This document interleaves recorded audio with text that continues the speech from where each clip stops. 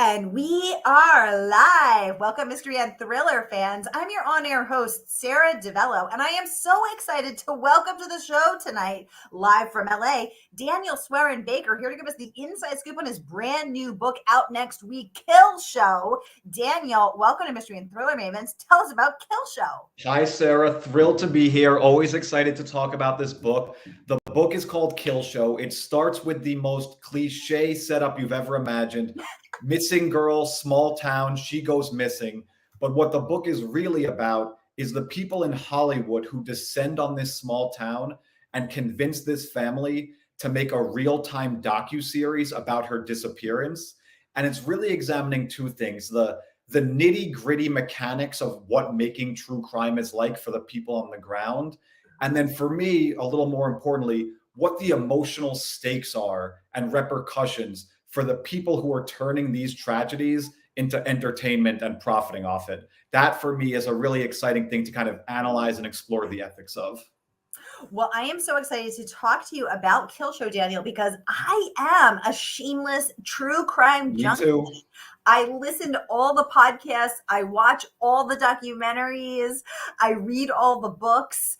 I am Googling late into the night, eating my popcorn, completely obsessed. And this takes a searing, insightful, and very oftentimes funny, which I can't wait to talk to you about, look at the world of true crime. And so many of us are true crime junkies. So I can't wait to get into every delicious detail. But first, I just want to welcome everybody, because we are broadcasting live to 6 different destinations across Facebook and YouTube. So, hey, mystery and thriller loving friends, no matter where you're watching from, you're in the right place. This is the right time. It is Mystery Monday. And because Mondays can be murder, we're going to make them a little less painful for you. So if you've been here before, you know the drill. And if you are new, we are so happy you're here. Here's the drill. Every Monday, I give you my handpicked featured authors, and you get to ask them anything. So ask Daniel in LA about his true crime obsession. Ask him about his writing practice. Ask him about writing this book. Ask him anything you've ever wondered. Whatever happens on Maven stays on Maven. It's just like Vegas. So go ahead and get on into it. As everyone's typing, just type it in the chat. As everyone is thinking of their questions, I will kick off. We have Randy joining us from YouTube. Hi, Randy. He says, hi, Sarah. Hi, Daniel. Thank you for entertaining us tonight. Randy, I'm loving your black cat profile picture. Very on brand for us. I'm feeling the vibes already. John Hebert joining us from Northeast Ohio. Hey, John, great to see your name pop up. As always, welcome to the conversation.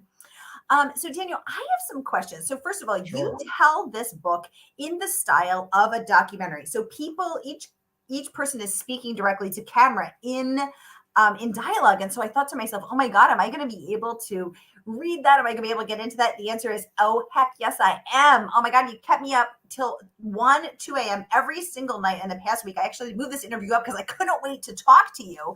And one of the many things I love about it is how the people disagree with each other about when and where things happened. So tell me about the process of writing in this dialogue direct to camera style, and tell me about the disagreements, because it's so effective and so funny. Yeah, no, it is an amazing format for me as an author to use. I called it a fictional oral history, which when I would say that phrase to my friends, their eyes would glaze over a little bit. It's like all those words mean something clear, fictional oral history, but I don't think we've seen that many of them. So it's really about 26 people's testimony of events that happened 10 years in the past. And I'm intercutting all of their remembrances, their opinions, what they're doing in their lives right now, and intercutting that. And what that allowed for me is to get into so many characters' heads.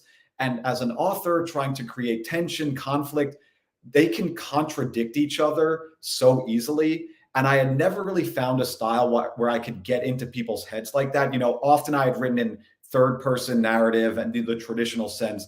But here I was in these people's heads. I think the audience can get intimate, familiar with their voices much more easily. And the way I can just interrupt one of them to have someone else contradict with a joke, a disagreement, something about their romantic lives that they don't want revealed, that just made it so much easier to write. I have to admit, I think I might be writing in this style for the rest of my career. It is so fun. And I think when you hear like oral history, it's told in the style of oral history and fiction, it sounds like, oh, that sounds dry. It isn't, you guys. It's so addictive because everybody, so first of all, you cue in when the person's name is, what their relationship is. So we don't have to remember 26 people's names. You say Casey, comma, the producer, or you let us know every single time who that person is in relationship to the story. So you don't have to memorize 26 people's titles. And what I love is, for instance, and I hope this isn't too big of a spoiler, but Casey, the producer, starts having an affair with the lead detective. And the differences in their testimony are hilarious. She'll be like, well, he picked me up at the bar, and his style, his memory is that she lured him over. Or the difference between the mom and the dad of the missing girl, whose name is Sara. I mean, all right, spelled the same way. Hello, Sara, no H. I already was like, okay, this book gets 5 stars, gold stars, because you know how to spell Sara right. Like, I will interview this man. But no, the differences between how the mom and dad remember things, because the thing is about human memory is that it's very fallible. Right. So tell us about that. Did you have to, I mean, because I think my tendency would be to first align everybody's and then I'd have to go back and change them a little bit, or did you just do them misaligned and it was funny to you? I mean, tell me about that. You're really hitting on one of the things I wanted to explore the most, which is how people's memory of a factual event changes over time and changes from who they are versus the other people's perspectives. And I got to give a shout out here to Taylor Jenkins Reid, who did this with Daisy Jones and the Six. I imagine many of your readers are familiar with that, but I loved that fake oral history about the rock band. And I just thought to myself, this style is so captivating, and I'm obsessed with real oral histories, whether they're about something as dry as the Great Depression or something as exciting to me as the making of Dazed and Confused. So I said, what would be an interesting kind of world to take this competing POV style? And to me, the most obvious case was a true crime situation. And then setting those things 10 years in the past, so everyone has had those years to marinate on things, forget things, convince themselves of things that didn't happen. This was just a perfect mechanism to kind of drive the conflict, drive the narrative tension. It just made it so easy to write. I love that, because it's so funny, because I mean, you see that in families, right? Did you have siblings, Danielle? Yes. Me and my little sister certainly disagree on many things from our childhood that obviously happened only one specific way. Right, exactly. And they'll be like, no, remember we, had this for dinner and then we went on this vacation. No, we did that. And it's so funny. And you'll see it in families, you'll see it in marriages, you'll see it in friendships. We didn't do that, where I never said that. And yes, you did. And it's so true, but it's so funny the way you do it with the parents, or with Casey and the detective. He was interested in me, she was interested, like, it's so funny. Oh my God, I loved it. So Daniel, how long did it take you to write this book? Because it's not that long, but it is complicated in a good way. Yeah, I'll go a little into the process, which is, for me, I don't start writing on page 1 until I have the entire thing figured out in what I'll call like a bulletproof outline. Ooh. And I always say, in a little bit of a morbid sense, I'd like to write my outline, so if I stepped out of my house and got hit by a bus, someone could find the outline and essentially write the exact same book. So that when you get to the page 1 day and you have that blank screen, that's the easy part. That's kind of just getting it all out, adding a little bit of color to it. But the real hard work for me is the outlining. And I probably did that for 3 or 4 months without typing a word of prose. And then I was able to get this first draft done probably in like 6 months, which was, I think, pretty quickly. I was working on some other things too. And then, to me, I'm not writing what some writers call a vomit draft, which is just like, do it as fast as possible. I am laboring over every chapter and not moving forward until I feel good about it. So the good news on that is, when you do get to the end of that first draft, it feels like it should be pretty much done. The bad news about that style is, when you get notes on that first draft, I'm a little sensitive to it, because people are kind of talking to you like, oh, this is your first draft. Maybe you can change X, Y, and Z, this ending, this character. And I'm like, no, I tried to think of all that stuff so thoughtfully. I really don't want to change that. But inevitably, a lot of those notes are correct. And I've got to give a shout out to my editor, Sarah Nelson at HarperCollins. She had me do some big changes that when she told me on the phone, you're rolling your eyes and upset. And then a month later, your book is better. And you go, oh my God, like smart people giving you notes is such a privilege. Thank God I listened to these people. And then the book becomes better. So that's great.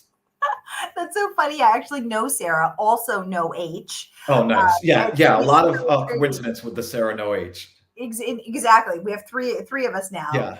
So this is working very well. You guys, the book. Oh, hold on. Someone is saying Wendy's saying that she's having an audio issue. Okay, I don't. Let's see if anyone else is. Wendy, I'm hearing things fine. I'm so sorry that is coming through crackly on your end. I hope that resolves itself. Keep me posted in the comments if it does. Anyone else having an issue, let me know that as well.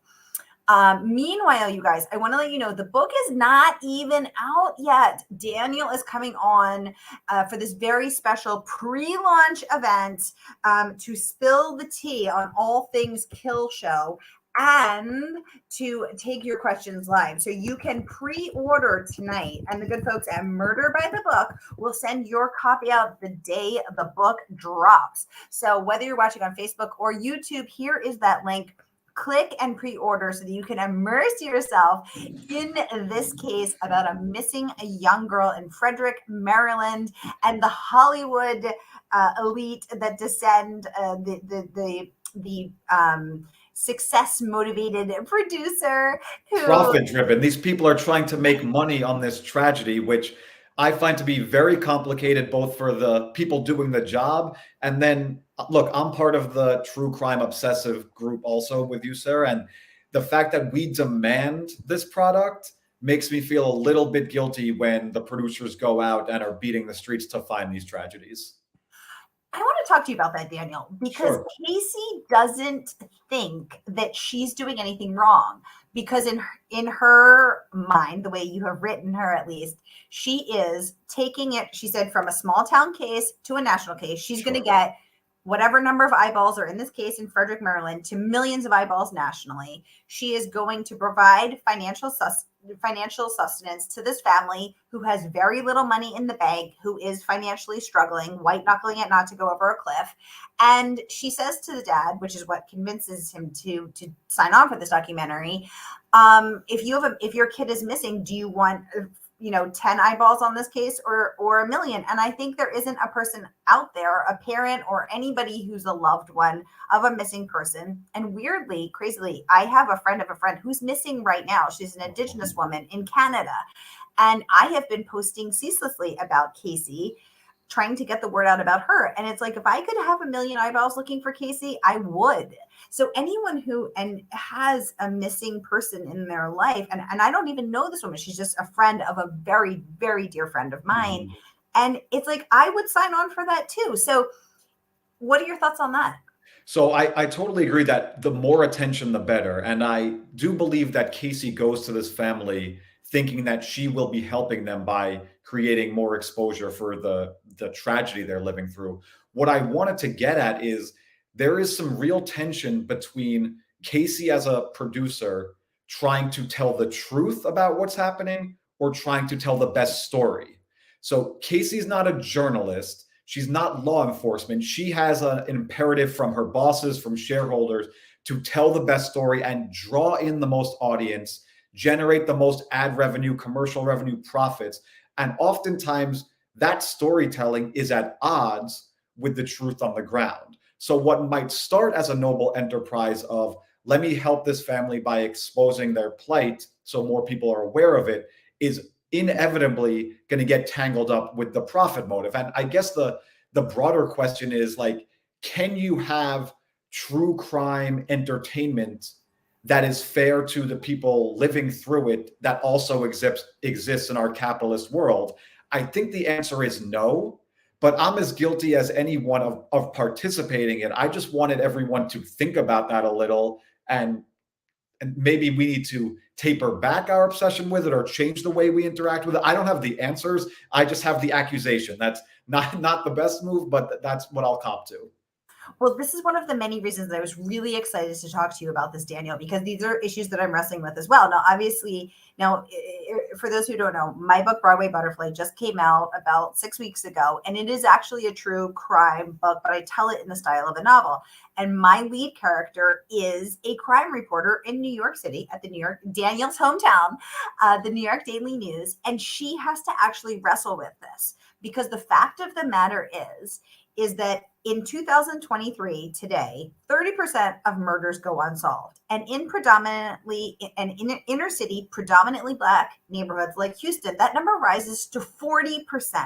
Now, I don't know about you guys, but I was shocked when I heard that because I thought we are the most technologically advanced, wealthiest country in the world. We have DNA, we have touch DNA, we have street cams, we have unlimited technological advantages. So surely we must have a 99.999% solve rate for murders. You could have knocked me over with a feather when I learned it's 30% to 40%. So you could kill somebody and get away with it with a 30 to 40% chance. That doesn't sit right with me. The cases that get solved are the ones that stay in the news longer. The ones that are forgotten by time's dust are going to just fester and go away.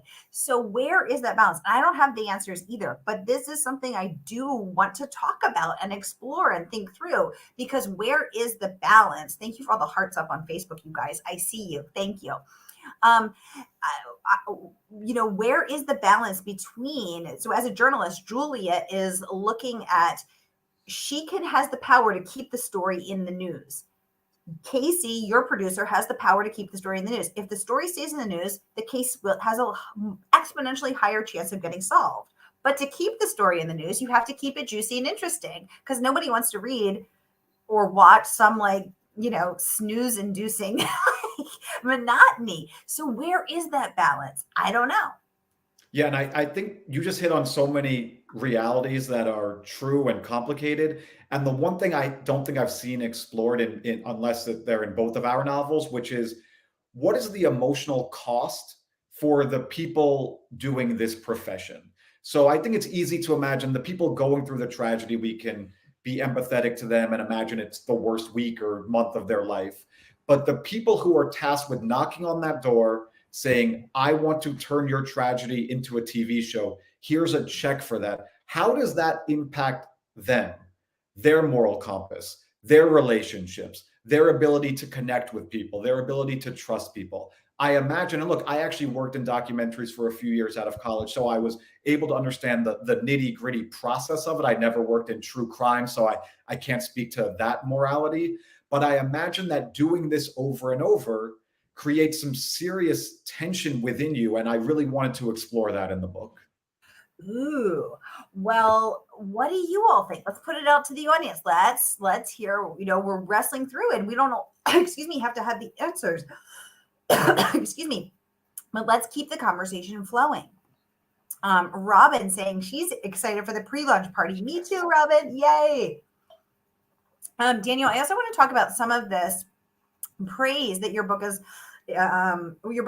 Please do. It doesn't get old. No. It doesn't get old. Well, I'm going to share it. So let's kick off with Andrew Gross, the New York Times bestselling author. He says this is a truly modern morality play. So I want to talk about this one first because, of course, this is exactly what we are talking about here. And let's take a look at this. I'm going to pop it up so we can all read it together. So here is what Andrew has to say.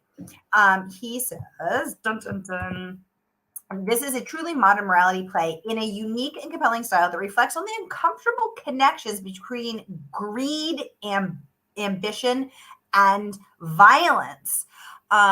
He says, Kill Show takes a sleepy suburban town and turns it into a true crime battlefield as events careen out of control. Smart, twisty, and satisfying. Congratulations on that. And I just want to point out something that I think that author, who I'm very grateful for, is hitting on, which is that we have been obsessed with true crime as an audience for centuries. Like the detective novels from the 19th century, of course, Truman Capote, True Blood in the early 20th century. So being obsessed with true crime is not new. What I do think is new that I try to touch on in the book is how we as an audience can impact these things in real time by virtue of simply our attention, our citizen journalism, our social media presences. It's a totally new concept that there can be an entertainment product that the audience is impacting episode to episode or week to week. And I think we've seen that with podcasts, we've seen that with TV documentaries. So hopefully this is one of the first books that actually deals with this contemporary issue in this way. And we also see it work out positively. Look at, Yeah. Adnan Syed, most famously. Right. If the Serial podcast, the NPR Serial podcast, had not taken a good hard look at that, there were people working on that case for 20 years, but until the national attention was drawn to it, I didn't see any wheels turning. So very interesting, very meaty things here to talk about. Flynn Berry, the Edgar award-winning author of Northern Spy, deems your book riveting. And I'm going to pop this up as well. Going on to rave that it is original and chillingly plausible. Flynn says this is both an urgent reckoning with the ethics of true crime and a tense, twisty mystery in its own right. I couldn't turn the pages fast enough. So let's pause there because I was also turning the pages fast. So as a non-true crime, but documentarian and now a true crime novelist, what do you think the secrets are to keeping your readers up late?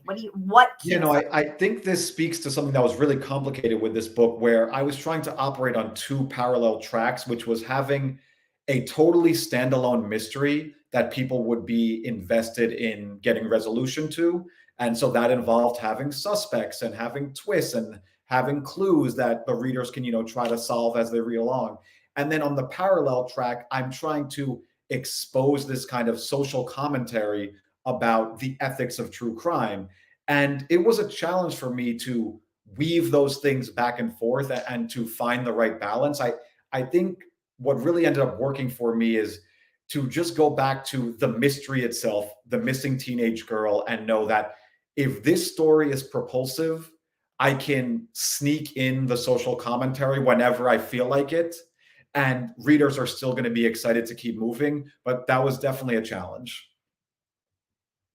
Interesting, because I think the other thing too is that part of what, for me, as I was analyzing this, what kept it moving for me was the sense of foreboding, where various characters would keep saying, well, I had, the dad or whoever would keep saying, well, if I had known then, or Casey's boss, the executive, whose name I'm currently blanking on, but if we had known then what we know now. No, you're speaking to something that I was hyper focused on, which was the foreshadowing. And you mentioned a few minutes ago that Casey gets in a romantic relationship with the lead detective. That might be something that some authors might have wanted to save to the middle to reveal, or kind of towards the end of the beginning. But I intentionally put that in a summary in the early pages, and wanted people to feel, oh my God, how is this going to go down? Why is it going to go down? It's just mentioned briefly, but it's a breadcrumb. And if you put enough breadcrumbs in there, I hope people will follow the trail you're leading. And I tried to do some unconventional things, which is, as I mentioned, this is 26 people giving their testimony about what happened in the past. And to help readers, I have a list of the participants, a list of the interview participants. And on that list, just by virtue of seeing what people's jobs are, seeing how their last names may have changed, seeing about the location of where they're doing their interview. So you're not even at page one, and you're looking at this list of people going, how does this person connect with this other person? I'm going to remember that, even though I won't find out for a while. And then when you finally do, I hope you have that aha moment of satisfaction. Exactly. Like, we know, for instance, that the mother's last name changes. Yeah. So we know this marriage is not going to work out. Is she going to leave the dad and marry someone else? Is she going to go back to her maiden name? We don't know, but we know. Intentional spoilers, which maybe is a little contradictory, but I hope it works in this book.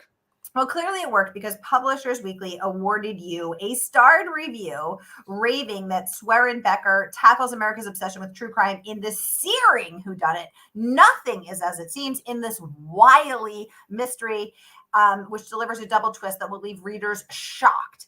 His sharp plotting and expert understanding of true crime tropes elevate the proceedings from a clever gimmick to a slam dunk. The latest in a long line of contemporary thrillers interrogating the public fascination with private tragedy. This scorching indictment stands out. I mean, that is, you should get that tattooed on your face. That is, On my face? How about an arm, a forearm instead of a no, you face? want to lead with it when you meet people. Scorching and indictment. Okay. Or Yeah, on the right across knuckles. your face, right across your face, right across your forehead. Maybe in blinking lights. Maybe just get it. You got to let people know.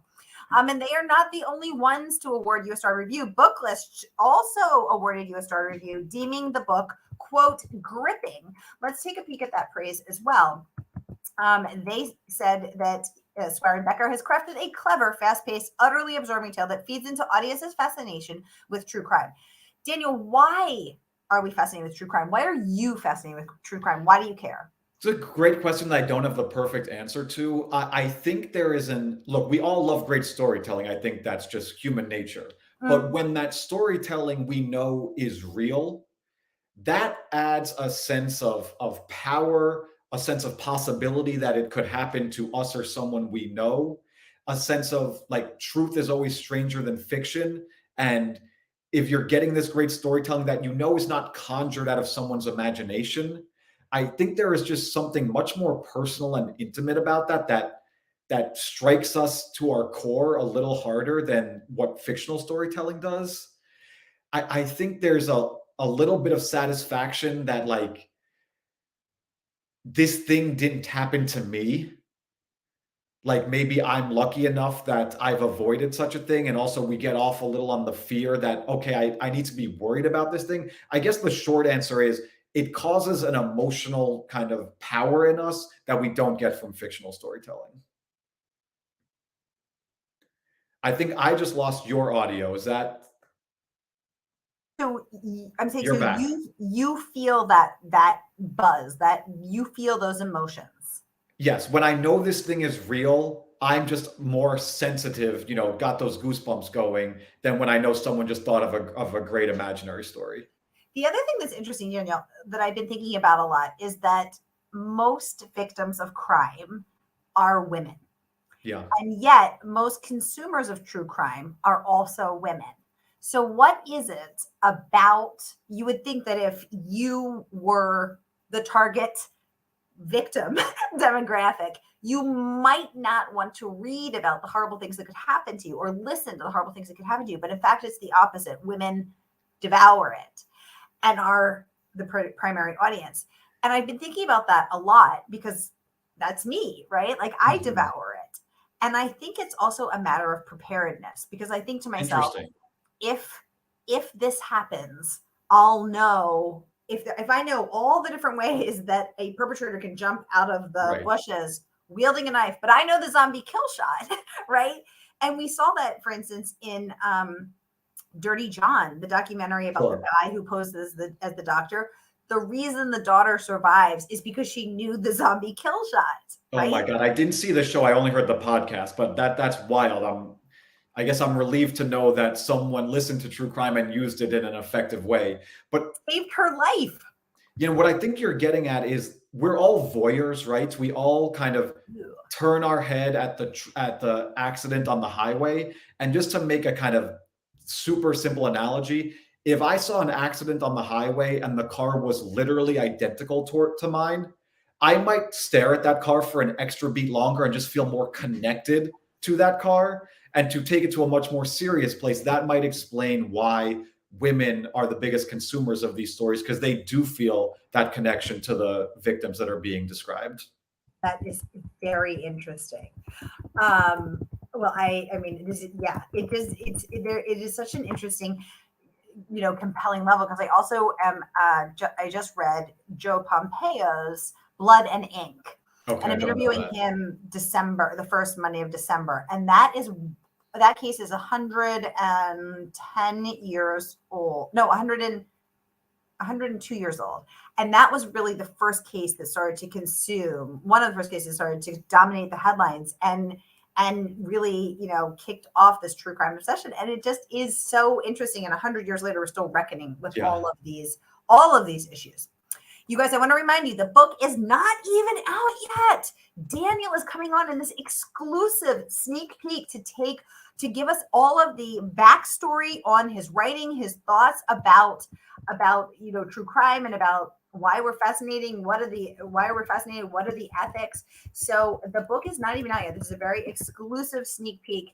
And you can click and pre-order no matter where you are watching from, on Facebook or YouTube. Here is that link. Click and pre-order. I'm telling you guys, this book is so freaking addictive, and it is so funny. I love to laugh, and I love to make other people laugh. And it's the misalignment of the testimonies. Yeah. It's just so relatable and so funny. I absolutely loved it.